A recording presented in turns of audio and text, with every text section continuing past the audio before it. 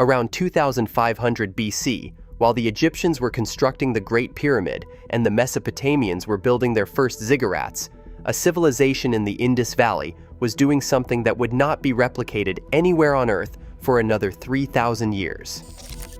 It was building planned cities, not settlements, not clusters of mud huts around a central temple. Planned cities, with streets laid out on precise grid systems, rectilinear blocks of fired brick housing, a standardized brick size used consistently across sites separated by hundreds of kilometers, public drainage systems running beneath the streets, and individual homes equipped with their own toilets and washing platforms connected to underground sewers. Mohenjo-daro, the largest of these cities in what is now Pakistan, had more than 700 wells. Its Great Bath, a watertight tank approximately 12 meters long, 7 meters wide, and 2.4 meters deep, sealed with bitumen and flanked by changing rooms, is the earliest known public water tank in the world. The city it sat in held between 30,000 and 60,000 people. The civilization as a whole, at its height, may have contained between 1 and 5 million. This was the Harappan civilization, also called the Indus Valley civilization. It lasted from approximately 3,300 BC to 1,300 BC, with its mature urban phase running from around 2,600 to 1,900 BC.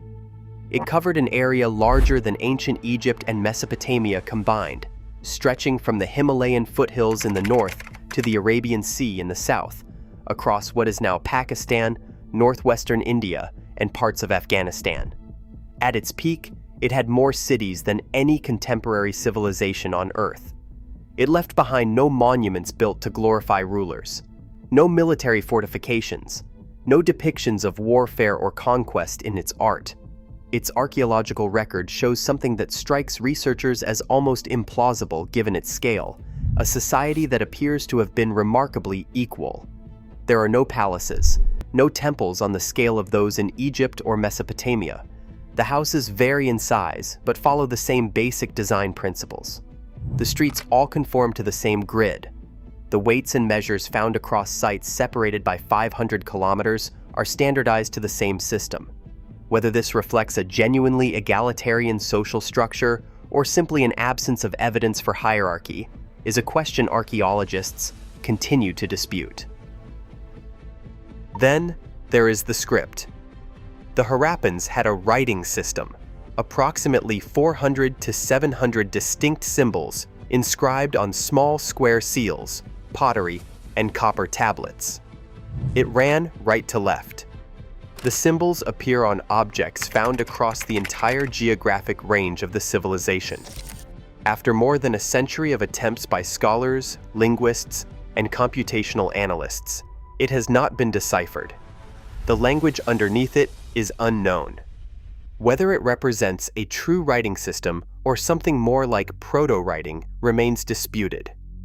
What is not disputed is that whatever knowledge the Harappans recorded in those symbols, including their administrative records, their religious beliefs, their genealogies, and their laws, is currently inaccessible to us entirely. A civilization of up to 5 million people left a written record that no one can read. Around 1900 BC, the major urban centers began to be abandoned. The process was gradual across the western sites and slower in the east. Populations dispersed. The infrastructure that had been maintained for centuries was left to decay. What caused the collapse is itself unresolved. A prolonged aridification of the Indus Valley region, a gradual weakening of the monsoon system that fed the rivers the cities depended on, is the leading hypothesis. There is no evidence of military conquest, no destruction layers consistent with invasion.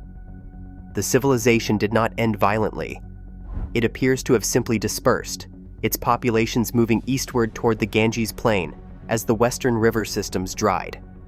Within a few centuries, the cities were gone. Within a few generations, they appear to have been forgotten. the sites were not excavated until 1921, when British archaeologist John Marshall began work at Harappa in what was then colonial India.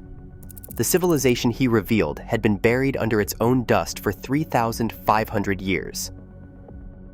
The DNA findings came in September 2019, published in the journal Cell, by a team led by Vasant Shinde of Deccan College in Pune, with David Reich of Harvard Medical School as co-author. The study was built on a single genome, extracted from the skeleton of a woman buried at Rakhigarhi, the largest known Harappan site, located in what is now the Indian state of Haryana. She had died approximately 4,500 years ago, at the height of the mature Harappan phase. Her burial was oriented north to south, consistent with Harappan burial practice, and accompanied by typical Harappan grave goods. Her genome showed a specific mixture: Iranian-related farmer ancestry combined with ancient ancestral South Indian ancestry, a deeply divergent lineage associated with the earliest known populations of the Indian subcontinent. What it did not show was steppe pastoralist ancestry, the genetic signature of the Yamnaya-related migrations from the Eurasian steppe that would later reach South Asia and contribute significantly to modern North Indian ancestry. The steppe component was absent. The Iranian-related ancestry in her genome was not from Iranian farmers directly. The lineages had diverged more than 12,000 years ago, which means her Iranian-related ancestors had been living in South Asia for millennia before her birth. She was not descended from migrants. She was the product of populations that had been developing in the subcontinent for thousands of years before the cities they would build had yet been conceived. The publication of those findings ignited an immediate political controversy in India. The question of whether the Harappans were the ancestors of the Vedic Sanskrit-speaking culture, or whether that culture arrived later via steppe migration, is one of the most politically charged questions in Indian historiography. David Reich later described the negotiations over how to characterize the genetic data as the tensest 24 hours of his scientific career. Indian researchers with access to the genetic material pushed back against terminology they felt implied foreign origins for Sanskrit. Mainstream Indian news outlets reported the findings as disproving the Aryan migration theory. Geneticists outside the study said those reports had misread the data, and that the absence of steppe ancestry in the Rakhigarhi woman was consistent with the migration happening after the Harappan decline, not evidence against it. The same dataset was used to support opposite conclusions by people with opposite political commitments. The science was unambiguous. What it meant was not. David Reich stated the core finding directly. Ancestry like that in the Rakhigarhi individual is the primary ancestry source in South Asia today. The Harappans are not a lost people with no living descendants. They are the primary ancestors of most modern Indians, Pakistanis, and Bangladeshis, populations totaling over 1.5 billion people. The genome also showed that 11 individuals found at sites in Iran and Central Asia, at Shahri Sokhta and Gonur, carried DNA profiles consistent with the Rakhigarhi woman, suggesting these were Harappans who had migrated into the Middle East. The civilization that built the world's first planned cities was not isolated. Its people were traveling. Its genetic fingerprint was appearing in populations 1,000 kilometers from the Indus.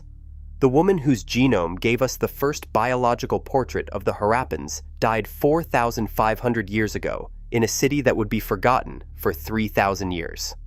Her DNA confirmed what the cities themselves had always suggested, that whoever these people were, they were building a world more sophisticated than anyone around them, and they did it without leaving a single word we can understand.